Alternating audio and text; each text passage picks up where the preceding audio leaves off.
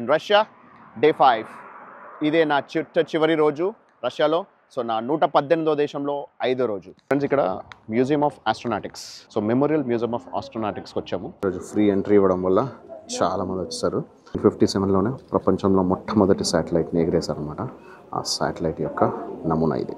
Air ఆల్టిట్యూడ్లో నడవడం కోసం యూజ్ చేసే స్పేస్ సూట్ ఇది. మొట్టమొదటి హ్యూమన్ మేడ్ శాటిలైట్ అంట. చూస్తున్న డాగ్స్ బెల్కా అండ్ స్క్రెల్కా. సో ఈ రెండు కుక్కల్ని వీళ్ళు మొట్టమొదటిగా ఉపయోగించారనమాట. ఆఫీసర్ ఎస్పీ కొరెలెవ్ అనే యొక్క ఆఫీస్ అంట. వ్యోమగామి ఎంతగా ప్రిపేర్డ్ అయ్యి వెళ్తారు అని.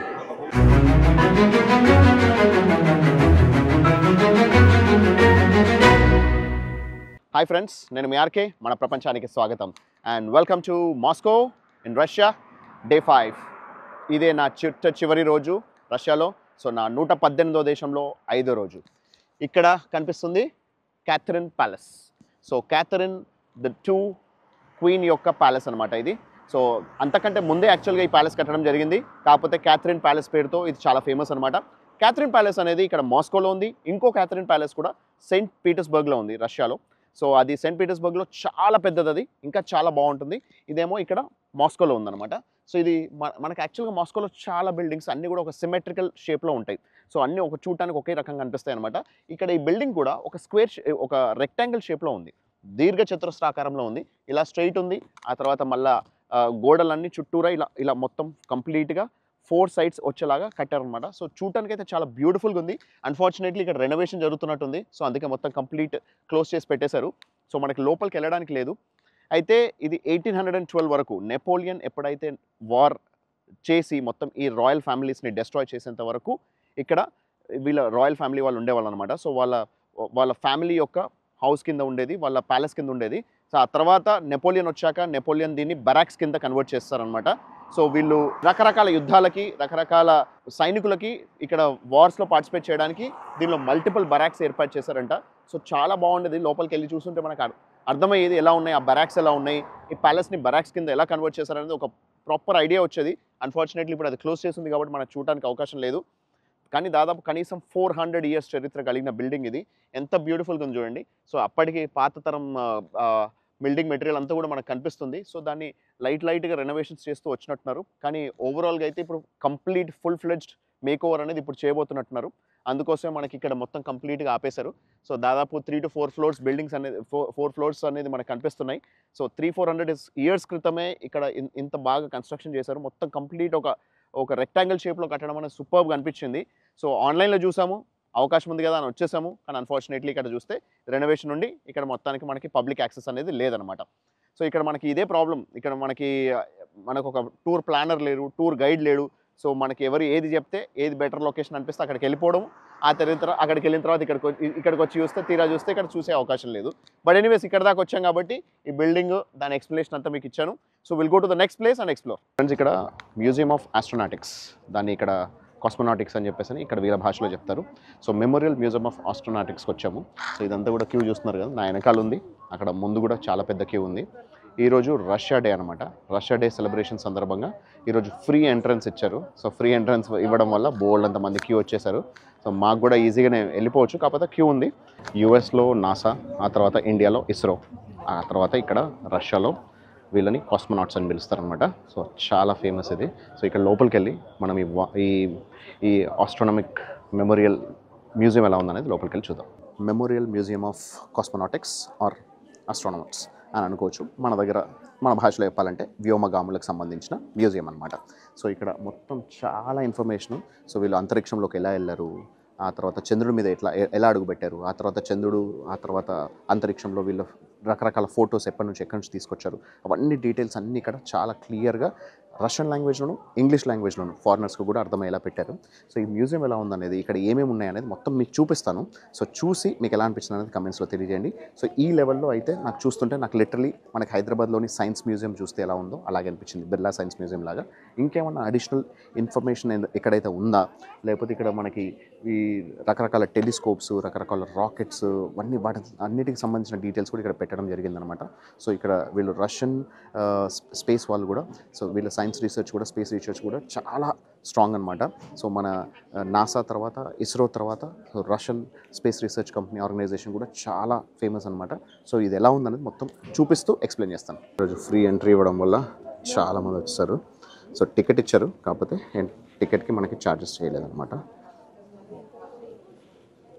ఇక్కడ మనకు ప్రతిదానికి చెప్పాను కదా, రష్యన్ లాంగ్వేజ్లోను, ఇంగ్లీష్ లాంగ్వేజ్లో. Ground based stand Volga BPK. మొత్తం శాటిలైట్స్, సిస్టమ్, స్పేస్ సిస్టమ్ అన్నీ కూడా ఇక్కడ పెట్టడం జరిగింది. 1957లోనే ప్రపంచంలో మొట్టమొదటి శాటిలైట్ని ఎగిరేశారనమాట. ఆ శాటిలైట్ యొక్క నమూనా ఇది.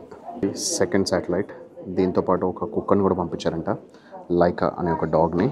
అది సక్సెస్ఫుల్గా రిటర్న్ కూడా అయిందనమాట. ఇది థర్డ్ శాటిలైట్ అనమాట.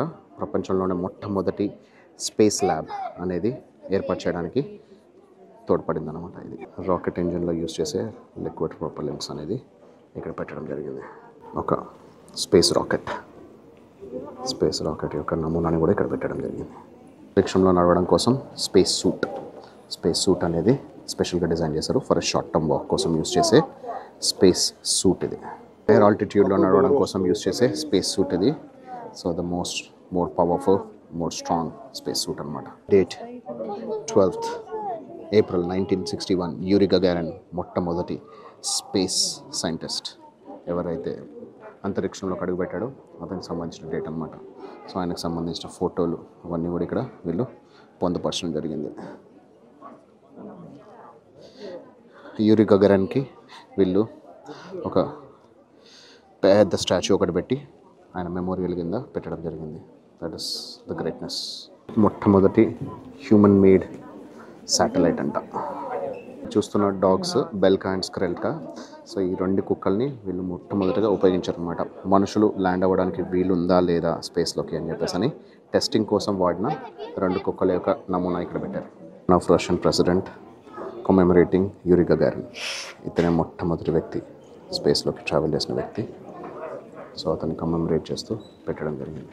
సెకండ్ రూమ్లోకి వస్తే క్రియేటర్స్ ఆఫ్ స్పేస్ ఎరా అని చెప్పేసి అని, ఈ స్పేస్ ఎరాని క్రియేట్ చేసిన వాళ్ళ యొక్క ఫోటోలు, వాళ్ళకు వచ్చిన రకరకాల మెడల్స్ అవన్నీ ఇక్కడ పొందుపరిచారు అన్నమాట.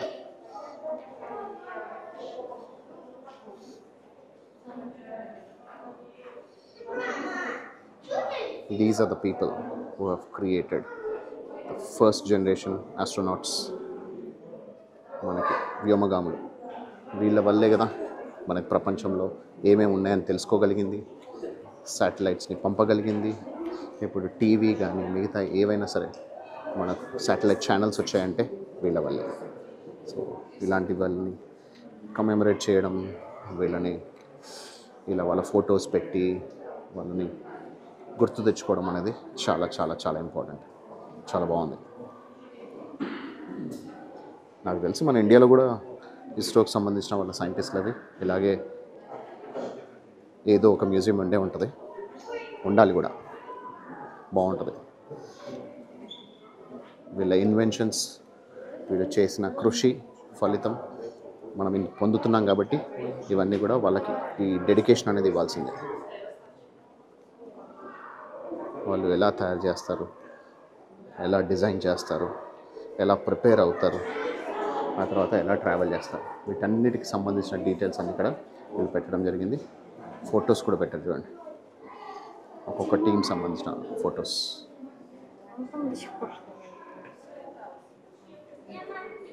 బ్యూటిఫుల్. కూడా ఆఫీసర్ ఎస్పి కొరెలెవ్ ఆయన యొక్క ఆఫీస్ అంట 1946 నుంచి 1968 వరకు స్పేస్ వెళ్ళడానికి కోసం ప్రిపరేషన్ కింద సెటప్ చేసుకున్న ఆఫీసర్ యొక్క ఇంటీరియర్స్ ఇది. ఇలా ఉండదు ఆయన office cabin. Orbital space house. Orbital స్పేస్లో ఎలా ఉంటాయి వాటన్నిటికి సంబంధించిన డీటెయిల్స్ ఇక్కడ పెట్టడం. వాళ్ళ స్పేస్ సూట్స్ ఎలా ఉంటాయి, ఎలా వాళ్ళు ప్రిపేర్ అవుతారు, ఎలా బయలుదేరుతారు, ఎలాంటి డ్రెస్సెస్ వేసుకుంటారు, ఎలా ఉండాలి, అవన్నీ ఇక్కడ పెట్టారు చూడండి.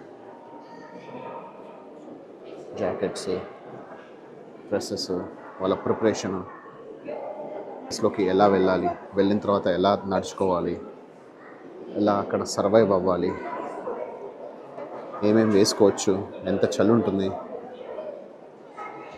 అసలు ఏమాత్రం అక్కడ గ్రావిటేషనల్ ఫోర్స్ ఉండదు కాబట్టి, గురుత్వాకర్షణ శక్తి ఉండదు కాబట్టి గాల్లోనే తేలుతూ ఉంటే ఎలా బ్రతకాలి, ఎలా ఉండాలి, ఎలా జీవించాలి, వీటన్నిటికి సంబంధించిన ఫొటోస్ వీడియోస్ అన్నీ కూడా ఇక్కడ స్కల్ప్చర్స్ రూపంలో పెట్టారు.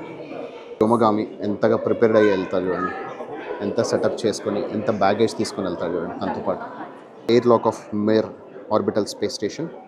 సో ఒక స్పేస్లో వాళ్ళ ల్యాబ్లో రీసెర్చ్ చేయడం కోసం మనకి ఒక సెటప్ అనేది చేసి పెట్టుకుంటారు. అది ఎలా ఉంటుంది అనేది దాని నమూనా అనేది ఇక్కడ పెట్టారు చూడండి. సో ఇలాంటి చిన్న దాంట్లో వాళ్ళు ల్యాబ్ సెటప్ చేసుకొని వాళ్ళకి కావాల్సిన రీసెర్చెస్ అవన్నీ కూడా వాళ్ళు చేస్తూ ఉంటారు అన్నమాట. ఆర్బిటల్ స్పేస్ జాకెట్స్, ఆర్బిట్లో స్పేస్ ర్యాకెట్ అనేది ఎలా ఉంటుంది అనేది ఇక్కడ పెట్టారు. సో మనం దీని లోపలికి వెళ్ళి ఎక్స్పీరియన్స్ చేయొచ్చు. ఒక ఆర్బిటల్ స్పేస్ ర్యాకెట్ ఎలా ఉంటుంది అనేది మొత్తం దాని డిజైన్ అనేది ఇక్కడ పెట్టి మనకి మాన్యువల్గా మనం ఎక్స్పీరియన్స్ చేయడానికి కూడా వీళ్ళు ఇక్కడ పెట్టడం జరిగింది. Television satellites and other satellites అవన్నీ ఎలా ఆర్బిట్లో తిరుగుతూ ఉంటాయి, అవి మనకి సిగ్నల్స్ ఎలా ఇస్తాయి అనేది ఇక్కడ చూసుకోవచ్చు. ఉన్న ప్రతి ఒక్క బట్టలు కూడా నిజమైన వ్యోమగాములు వాళ్ళు స్పేస్లోకి వెళ్ళినప్పుడు వాడిన బట్టలని ఇక్కడ పెట్టడం జరిగింది, వాళ్ళ పేర్లతో సహా. ఇక్కడ ఫోటోలు చూసుకుంటే రియల్ ఆస్ట్రోనాట్స్ వాళ్ళు యూజ్ చేసిన క్లోత్స్ని ఇక్కడ వీళ్ళు డిస్ప్లేలో పెట్టడం జరిగింది. చూసుకుంటే different types of rockets, space rockets, ఏ రాకెట్లో ఎవరు ట్రావెల్ చేశారో వాటికి సంబంధించిన ఫొటోస్, వాటికి సంబంధించిన రాకెట్స్ కూడా ఇక్కడ పెట్టారు. శాటిలైట్స్, రాకెట్లో యూజ్ చేసే హీట్ కంట్రోల్ సిస్టమ్ అనమాట ఇది. సో దాంట్లోంచి ఒక పీస్ అనేది ఇక్కడ పెట్టడం జరిగింది దాన్ని కంట్రోల్ చేయడం కోసం. స్పేస్లోకి వెళ్ళిన తర్వాత ఏ రేంజ్లో ఉంటే అది మనకి సేఫ్గా ల్యాండ్ అవుతుంది అనే దాని నుంచి బేస్ చేసుకొని ఇలా డిజైన్ చేస్తారు. అంతా కూడా ఒక హోల్ స్పేస్ స్టేషన్ సెటప్ లాగా చేసి పెట్టారు. మార్స్లో కానీ లేకపోతే స్పేస్లో కానీ ల్యాండ్ అయిన తర్వాత ఎలా ఉండాలి అని, ఎలా ఉంటుందనేది మొత్తం ఒక సెటప్ అనేది, నమూనా అనేది ఇక్కడ తయారు చేసి పెట్టారు.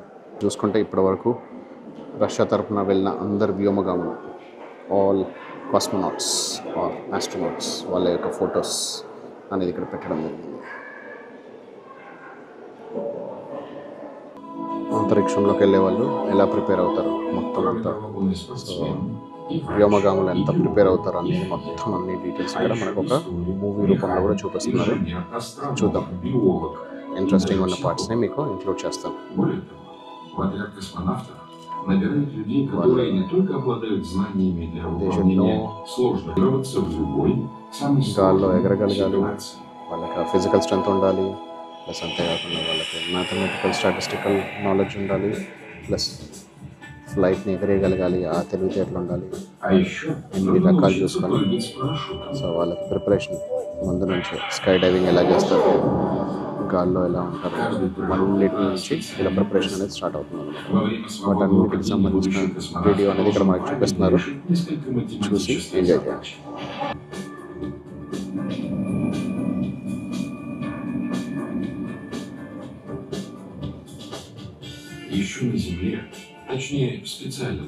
నేను ఆల్రెడీ 2-3 సార్లు స్కై డైవింగ్ చేశాను కాబట్టి నాకు ఐడియా ఉంది.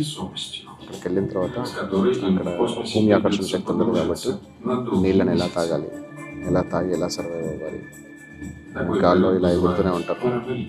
సో అలా ఎగిరే వాళ్ళు ఎలా వాళ్ళని కంట్రోల్ చేసుకోవాలి అనేది ఇక్కడ ఒక కంప్లీట్ సెటప్ అనేది చేసి పెడతారు.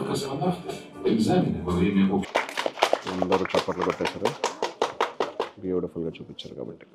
That is how the movie has been ended. ఇప్పుడే memorial museum of cosmonautics or astronautics అనుకోవచ్చు, దాంట్లోంచి ఇప్పుడే బయటకు వచ్చా. చూస్తున్నారు కదా ఇక్కడ ఒక స్పేస్ రాకెట్ది కూడా వీళ్ళు సింబల్ పెట్టారు. సూపర్గా అనిపించింది, నాకైతే చాలా బాగా అనిపించింది. ఎందుకంటే ఇప్పటివరకు నేను ఇస్రో మ్యూజియంకి వెళ్ళలేదు, నాసా మ్యూజియంకి వెళ్ళలేదు, కానీ ఫస్ట్ టైం కాస్మోనాటిక్స్ మ్యూజియంకి వచ్చా. సో చాలా బాగుంది, చాలా మంచి ఎక్స్పీరియన్స్ అనిపించింది. ఇక్కడ వీళ్ళు స్పేస్ సైంటిస్టులు వీళ్ళు ఎంత కష్టపడతారు ఒక్కొక్క దానికి ప్రిపరేషన్ కోసం, ఆ తర్వాత వాళ్ళు అక్కడికి వెళ్ళిన తర్వాత ఎలా ఉండాలి, ఆ తర్వాత అక్కడి నుంచి ఇక్కడికి వచ్చాక వాళ్ళకి ఎలాంటి టెస్టులు ఉంటాయి, దానికి ముందు ప్రిపరేషన్ ఏంటి, అక్కడ ఏమేమి చేయాల్సి ఉంటుంది, ఆ తర్వాత వీళ్ళు స్పేస్ స్టేషన్లో ఏం చేస్తారు, అవన్నీ కూడా కంప్లీట్గా మనకి ఇక్కడ ఆల్రెడీ ఆర్టిఫాక్ట్స్ రూపంలో ఉన్నాయి. అంతేకాకుండా ఒక మూవీ రూపంలో కూడా మనకు చూపించారు. ఇవన్నీ కూడా చూసి మీరు ఎంజాయ్ చేశారని కోరుకుంటున్నాను. నేనైతే సూపర్ డూపర్గా హ్యాపీగా ఉన్నా. సో సూపర్గా ఎంజాయ్ చేశాను. సో ఇదంతా కూడా చూసిన తర్వాత నాకు చాలా బాగా అనిపించింది. మీకు ఎలా అనిపించింది అనేది కమెంట్స్లో తెలియజేయండి. ఇక్కడ లొకేషన్ చూడండి ఎంత బాగుందో. మొత్తం అంతా కూడా ఈ కాస్మోనాటిక్స్ మ్యూజియము అక్కడ చూసుకుంటే మనకి అక్కడ ఆపోజిట్లో మనకి ఒక హ్యూజ్ ఒక వీల్ కూడా ఉంది. సో ఆ వీల్తో మొత్తం కంప్లీట్ మనకి మాస్కో సిటీ అనేది కనిపించేలాగా సిటీ సెంటర్లో ఉంది. So it's a fantastic location. అక్కడ ఒక బిల్డింగ్ కూడా ఉంది మనకి, మాల్ అనేది, అది కాస్మోస్ మాల్ అనమాట. సో మాల్, హోటల్ అవన్నీ కూడా ఆ కాస్మోస్ సంబంధించినవి. సో కాస్మోస్ అనేది ఒక గ్రీక్ పదము. సో వీళ్ళు ఆస్ట్రోనాట్స్కి యూజ్ చేసే పదం అనమాట. సో బ్యూటిఫుల్గా అనిపించింది. నాకైతే సూపర్ అనిపించింది. మీకు ఎలా అనిపించింది అనేది కమెంట్స్లో తెలియదు.